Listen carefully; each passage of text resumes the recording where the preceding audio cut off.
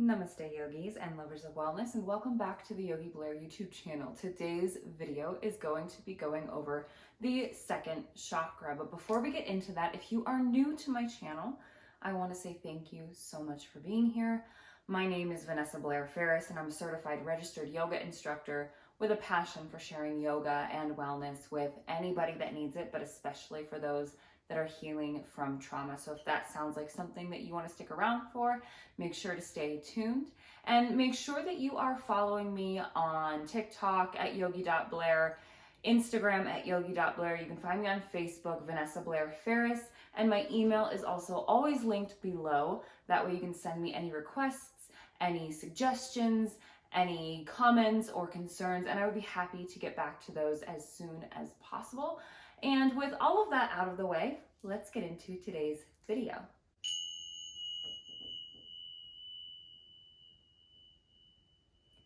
All right, everybody, so let's go ahead and get started straight away talking about the second chakra. I kind of on a whim just decided to do this series. And last week we talked about the first chakra, or the root chakra, or the Muladhara chakra.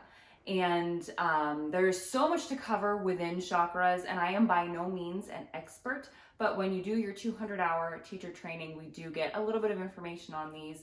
So this is kind of just the very basics. And we talked last week about the Muladhara chakra, how that is our first chakra. It is the root chakra, at the base of the pelvic floor, or at the tailbone, or the coccyx. I can never say what that bone is called. Doesn't matter. So moving on from the root chakra, we're going straight up the line and we're going into the second chakra now, which is the sacral chakra, which is at the sacrum. And that is also known as Svadhisthana chakra. And the color associated with this chakra is orange. If we're thinking of the rainbow, red, then orange. And the second chakra, or the sacral chakra, or the Svadhisthana chakra, it's still a more physical chakra. Like I said, our root chakra is the most primal. And as you work your way up, you sort of transcend from the physical into the spiritual. So we're still kind of in a physical sense here with this chakra.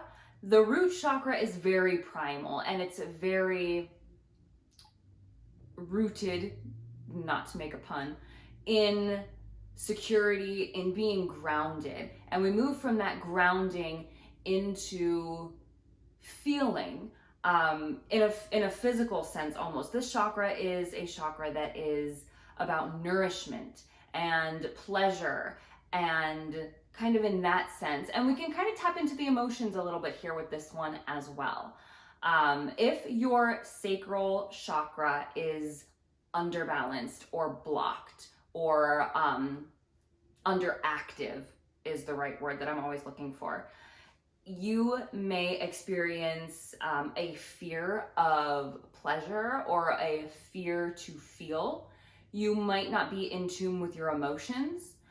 You can also lack creativity there. You can feel that sort of blockage with your creativity. That also comes in with other chakras, but it starts here at the sacral chakra, which is the second chakra. So we know from last week that odd numbers are more masculine and the even numbers are more feminine.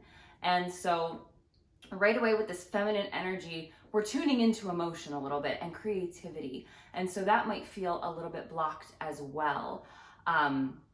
This is also a chakra that can be aligned with sexuality, with pleasure in that sense, tuning into your sexuality and all these kinds of things. Like I mentioned, the color is orange. So when we're talking about balancing this chakra, we might gravitate more towards orange fabrics and colors and all kinds of things. If this chakra is overactive, I have a mosquito bite and that's why I keep itching my arm. I'm sorry. I know that's not the cutest thing to do on camera. Anyway, if the second chakra is overactive, you might run into wanting to be overstimulated. You can run into addiction issues here. You can be a little bit aggressive or One of the words that I was reading earlier when brushing up on my research was dramatic. Just feeling sort of overwhelmed in your feelings. You might be really expressive of emotions to the point where it frustrates you. So that can be an overactive chakra. So let's do again, before we get into the other things that balance this chakra, if you notice that you're gravitating towards oranges and things, or you're feeling one of those either underactive or overactive, if you resonate with any of those things, or even if you don't, take a moment to close the eyes and picture this chakra here, this wheel. We know from last week that chakra or chakra means wheel or disc, and these sort of wheels or gears within the body spin with this energy. So maybe taking a moment to bring your awareness in towards the sacrum. Think of that wheel. Think of that orange energy, that orange wheel. Notice how it's spinning, if it's spinning fast, if it's spinning slow. Think about the color of orange that you're picturing. And then from last week, remember that if it's a muddy orange that you see, without even thinking about it, the first thing that came to your mind, if it was muddy, if it was dark, it might be underactive in this chakra. If it is bright neon, it might be an overactive chakra. If it's spinning fast, it may be overactive. If it's spinning slow, it might be underactive. Bearing in mind that the masculine chakras, I believe when we visualize, the masculine chakras spin to the right and the feminine spin to the left, almost like those gears spinning in opposite directions. So what's going to balance these? What's going to either bring that overactive back to a more grounded chakra? What's going to bring that underactive back to balanced? We have our stones, which last week I know I mentioned that for the root chakra, we have our red jasper, which we have here.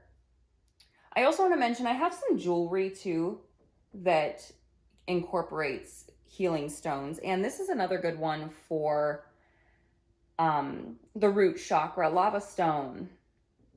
Any dark black stones are typically going to be your root chakra as well.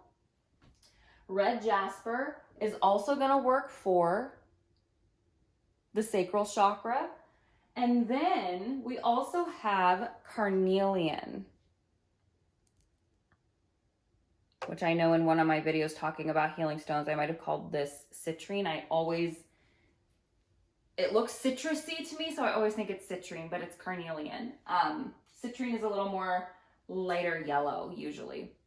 Carnelian is a healing stone that is going to help balance that second chakra pretty well. It is used for if you're feeling a lack of sex drive, you can use carnelian. It can help to boost creativity. It can help to balance emotions, which are things that we just talked about. Carnelian is also good for rheumatism, for lower back issues, amongst a lot of other things. So carnelian is a great stone. I always use carnelian when I'm going for second chakra work. So with the stones out of the way, now we're going to move into our essential oils again.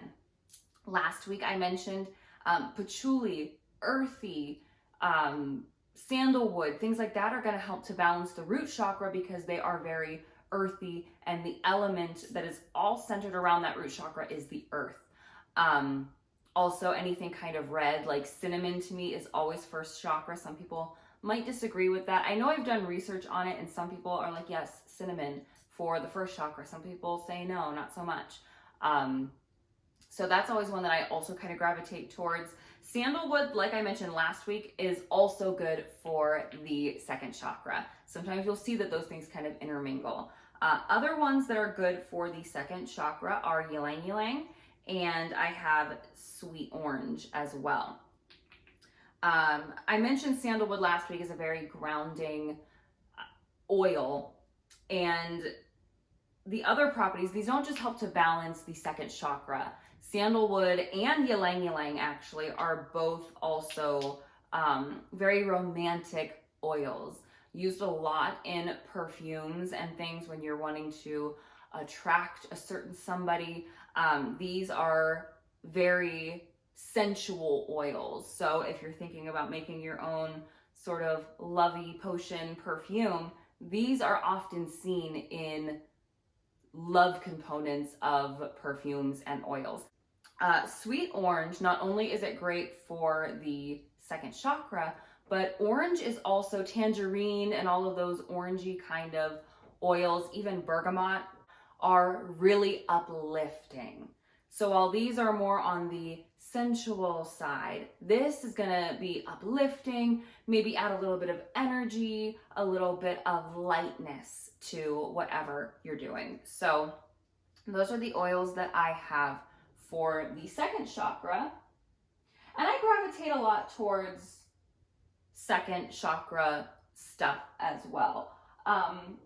Another thing that I kind of wanted to mention just briefly is that this is also the chakra that when we do hip work in yoga, we're dealing a lot with the second chakra and even the first chakra. And trauma is stored in the hips and in that region. So for me, I feel like a lot of times, especially if your trauma is rooted in sexual abuse or anything in that nature, I feel like this chakra a lot of times needs a lot of work. For me, I know that that is absolutely the case, but for me personally, I always feel like the second chakra needs a lot of work. And I do gravitate a lot, not so much towards colors, but towards the stones a little bit and the oils especially. Usually visually, I'm more a heart and throat chakra person, but from an aroma standpoint, I'm always working on that second chakra. I'm always working on second, fourth, fifth, and sixth chakras. And everybody's different. So as we go through these, some of these may not resonate with you, and some of them you might be like, oh my gosh, that is the chakra that I need to help balance. So that is all the information that I think I have for you today. Seed sounds. Before I forget, every chakra has a seed sound. And I know I did not mention last week that, and I hope I don't mess this up, that the root chakra is Lam, and the second chakra is Vam with a V, as in Vanessa. So if you want to meditate with these chakras, you can use those as chants, or you can use those in a yoga class as mantras. I know that I haven't really touched on what yoga poses help to balance chakras.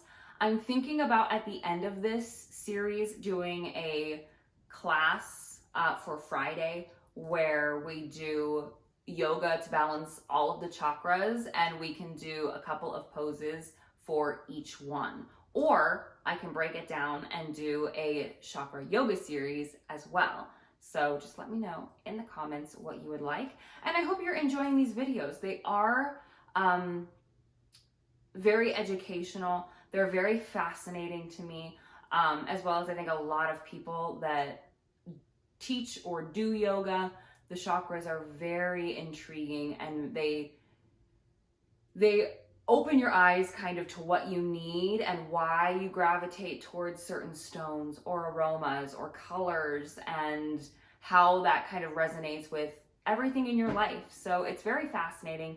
It's very intriguing. Like I said, this is just the very basics. There are deities that go with each chakra. There are symbols. There's so much. So feel free to do your own research as well. Always do your own research. Always keep educating yourself. There are so many good resources out there besides what I'm telling you. So yeah, that is it for today. I hope you enjoyed. Feel free to email me. Make sure that you're participating in the Summer Self-Care Challenge. I think that everybody deserves to take a few moments for themselves each day for the month of June, just to take even a minute, even 5 minutes, just to do something to rejuvenate and to recharge, especially if you're out there making a difference in the world right now. So that's what that challenge is for. I want to give back. I want to send you a smudge stick. I want to send you a roller ball, which if you watch this video and you know what chakra you need to balance, I can make you an essential oil roller ball with some of those oils in there. I'll send you an eye pillow, and you'll get a free private one-on-one with me, whether it's virtual or in person, depending. And so yeah, to win all of those things, participate in that challenge. You can do multiple a day to catch up, whatever you need to do. You can do all 30 of them in one day. I don't care. But that's there for you if you want it. I don't expect anything. I don't demand it at all. It's just one of the few ways that I know to help people. It's all I know how to do sometimes. So I hope that that's there for you guys. And feel free to email me anything that you need. I am here. I want to give whatever I can to help anybody that needs it. So please feel free to get a hold of me any way that you can. And until next time, I hope you live happy, live free, live well. Namaste.